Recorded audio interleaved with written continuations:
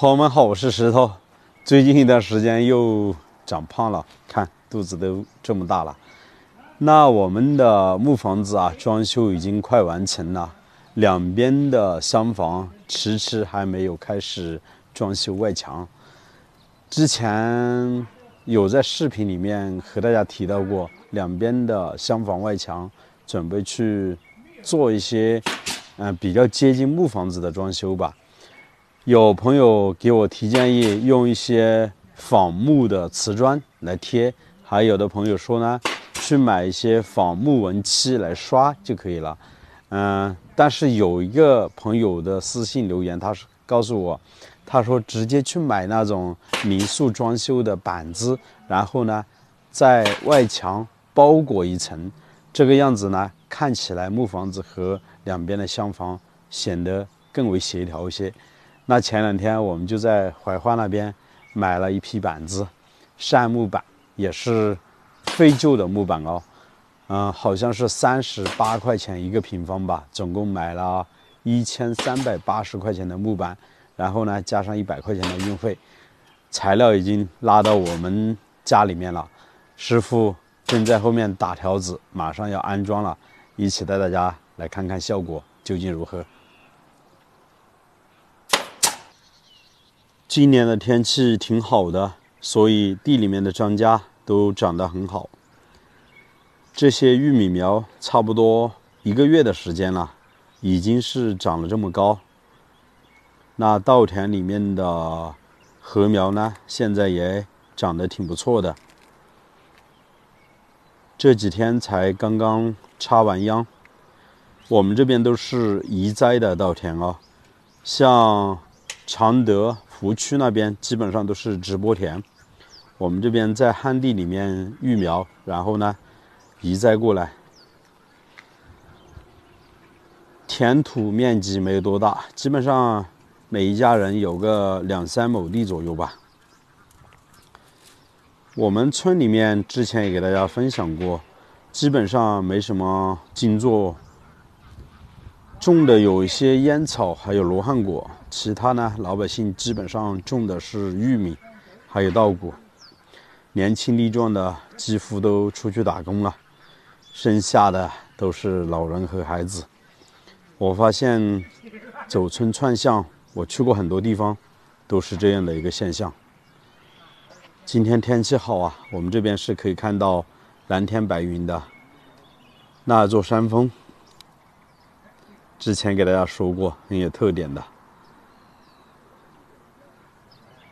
那现在开始装这些木条子，木条子是从城里面买过来的，40块钱一捆，一捆有好像是30根吧，2.2米的长度。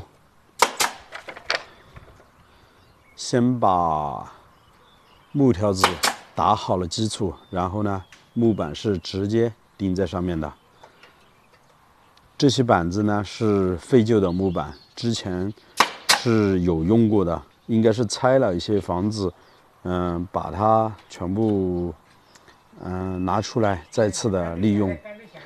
所以这些板子呢有个特点，它的整个表面呢颜色不是统一的，但是我们买的都是统一的尺寸。当然有些长的，但是宽度都是统一的10公分，厚度呢是1.5的。板子就在地上，现在师傅做了一个简单的拼接，在地上拼接好了之后，这个条子的尺寸再定出来，相当于我们的气钉枪要打在这些条子之上。把板子固定上去之后啊，远远的看过去，这两边的厢房就像木房子一样的。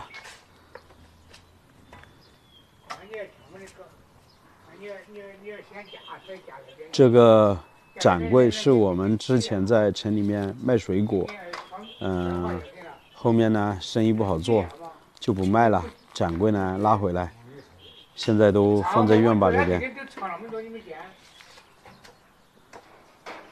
这个房间啊是有2个大窗户的，前面是全落地窗，这边是一个2.2米乘以2.2米的大窗户。所以这个房间里面的采光非常的好，而且在房间里面之前也给大家分享过啊，一眼可以看到对面的笔架山。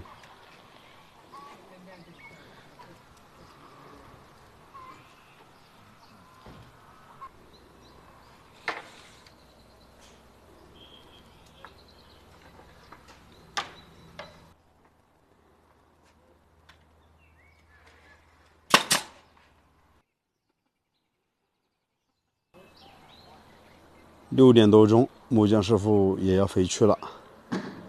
刚刚我们在拍视频的时候啊，水电师傅过来了，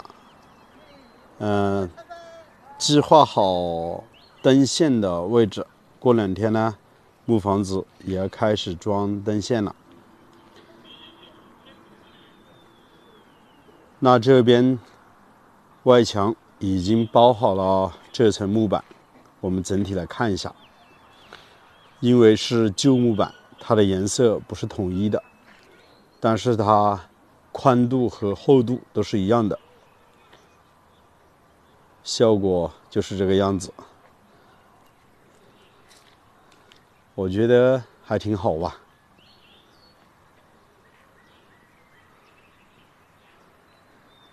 这样的风格感觉好像很多民宿用的比较多吧，大家觉得呢？是不是啊？我感觉这个木板啊，它颜色不统一，这样子拼接起来，远远的看过去，好像还比较有那种立体感。你们觉得呢？我们钉这个木板啊，是在里面直接打好木条，然后呢，用气排枪直接固定在木条之上。大家可以看一下，这些是打气排钉的位置。所以啊，里面的条子一定要计算好在哪个位置，这样子拼接起来的话，它才不会缝隙留得太大。这些板子因为都是固定的尺寸，所以钉起来整体的效果还是可以的。我的手啊，确实非常痛，虽然已经消了点肿，但是用不了力啊，特别痛。这几天一直都在涂抹药水。之前啊，这边也有一些小缝隙的，通过这样子处理了之后，我感觉好像还不错吧。这种板子我发现一个问题，要远距离看，好像比较耐看一些。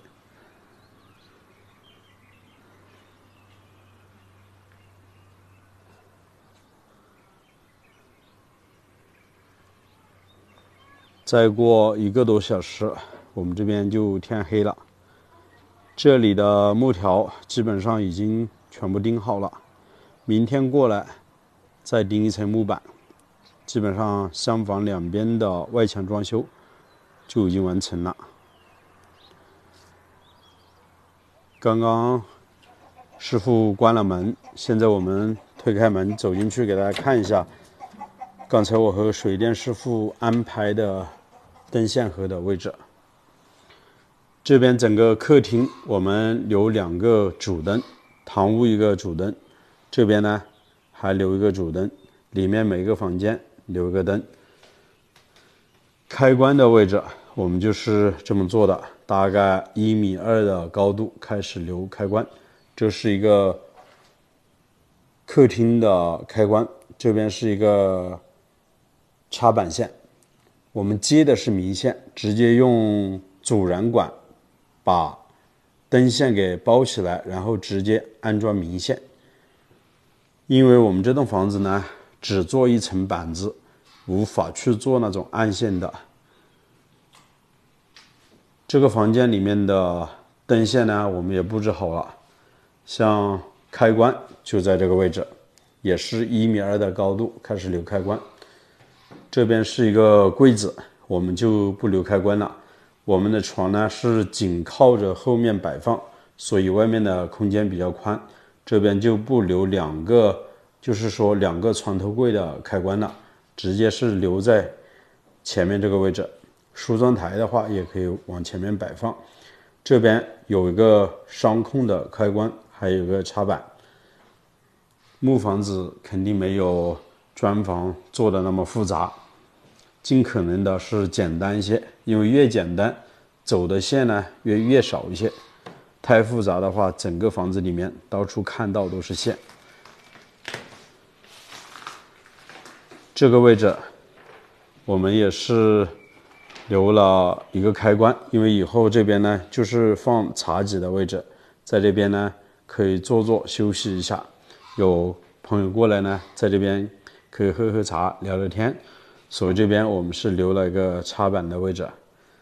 在这里呢还有个插板的位置，因为现在电视看的非常的少，所以我们这边基本上留插板是比较少的，以后可能也不会在家里面放电视了，可能我会考虑以后直接买个投影仪就行了。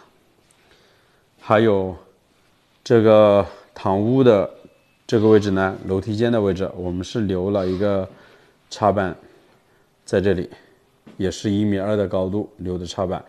这背后呢是一个可以说是衣柜吧，里面做了几格可以放被子，还有这边呢也是可以拉开的。现在是有这样的一个工具台放在这里，所以说不方便给大家展示。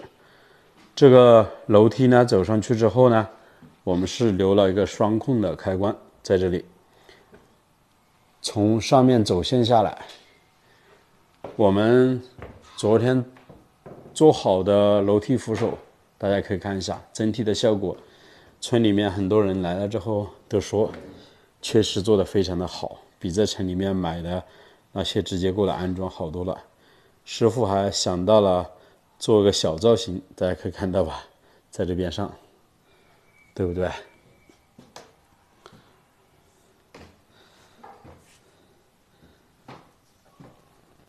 上来之后，楼梯间的上方是留一盏灯的，开关的话就是装在这块方子之上，从背面走线过来，这边也是个双控的开关。这边有个插板，这里呢也有个插板，这里还有个插板。以后整个2楼的客厅我们应该是用的比较多的，所以我们留的插板也是比较多。2楼的房间前面2个，这个房间还有这个房间，我们做的是双控的开关，就不一一的展示了啊。在那边做了一个插板，还有双控的开关，在这边呢也就是开关的位置。这里因为比较暗，要留一盏灯。里面这个房间呢只做单控的，就在意思呢，推开门之后这里有个开关，里面呢做一个插板就可以了。这个房间呢都是有客人来可能睡不下的情况下，这个位置可以应急的用一下，平时呢用的比较少。基本上2楼呢差不多就是这个样子了。